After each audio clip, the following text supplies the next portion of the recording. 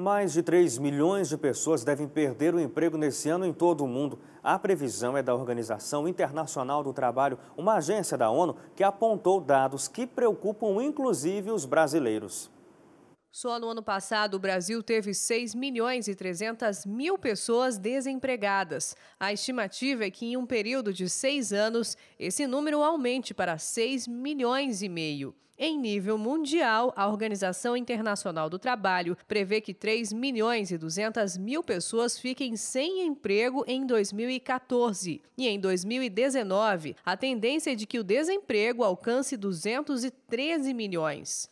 As estatísticas também mostram que nos próximos 5 anos, 90% dos empregos devem ser criados em países emergentes e em desenvolvimento. 200 milhões de novas oportunidades podem ser geradas pelas economias.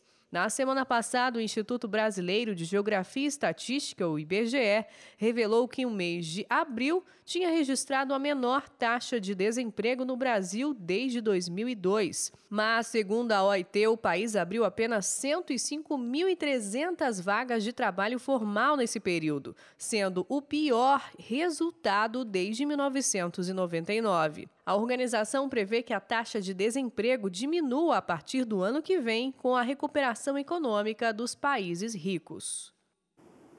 O Supremo Tribunal Federal decide amanhã sobre processos que podem recuperar investimentos de poupadores da época dos planos Bresser, Verão, Collor 1 e Collor 2. Tema de hoje no quadro É Seu Direito com José Carlos Cataldi.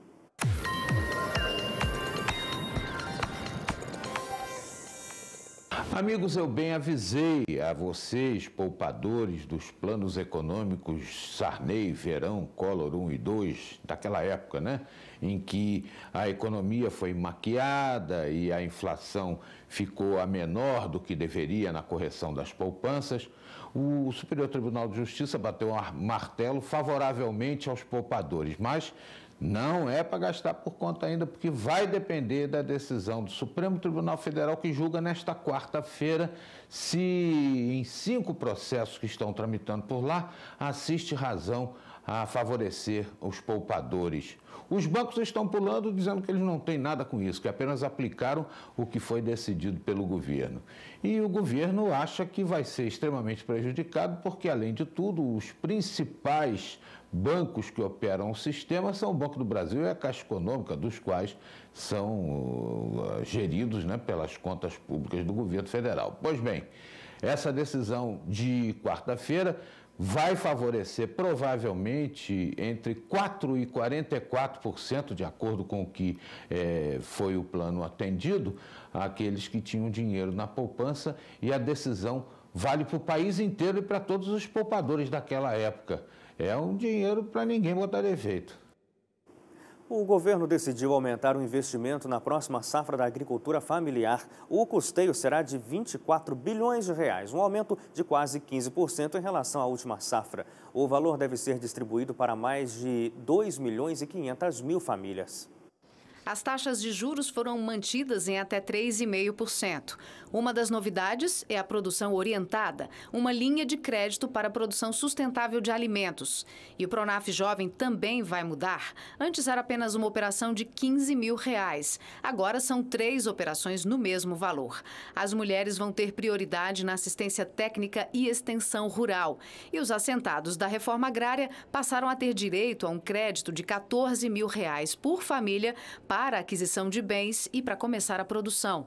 O Plano Safra do Semiárido vai receber 4 bilhões e 600 milhões de reais. Quarta-feira de tempo chuvoso em todo o país. Faz frio com geada no interior do Rio Grande do Sul e em Santa Catarina.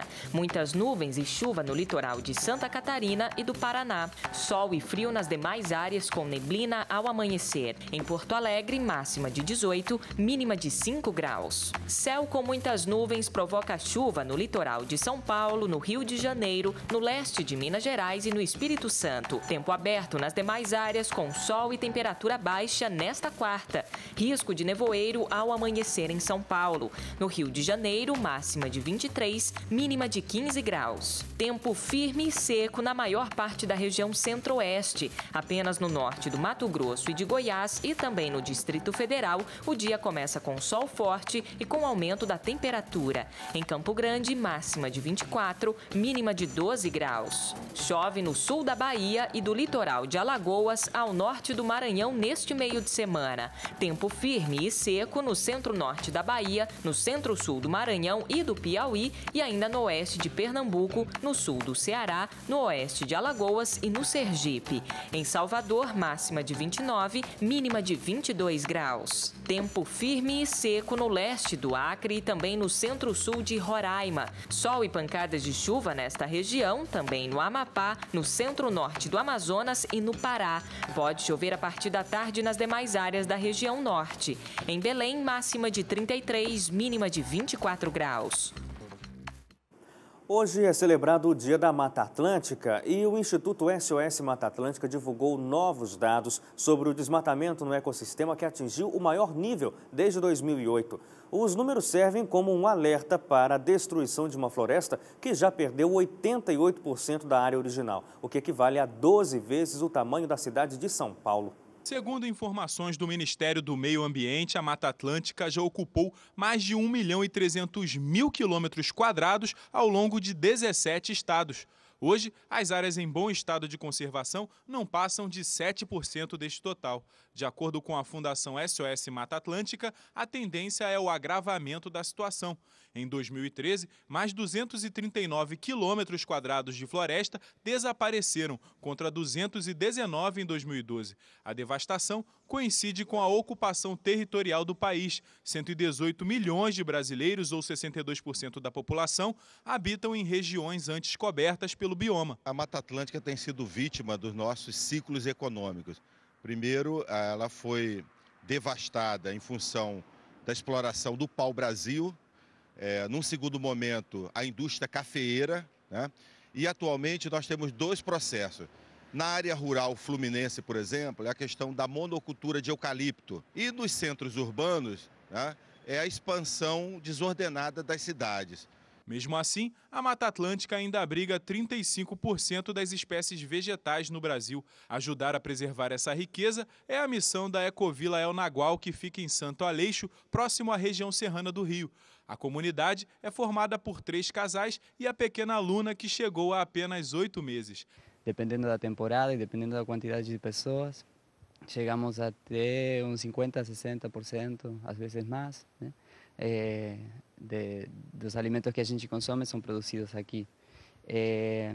Isso vai para a cozinha e na cozinha são processados para fazer os alimentos do dia a dia e também conservas. O que não é produzido no local é comprado com o dinheiro cobrado de estudantes e voluntários que passam temporadas na Ecovila aprendendo técnicas de convivência harmônica com o ambiente, como a bioconstrução. É uma construção que não impõe, não é impositiva, não chega você com uma ideia e quer fazer do jeito que você quer.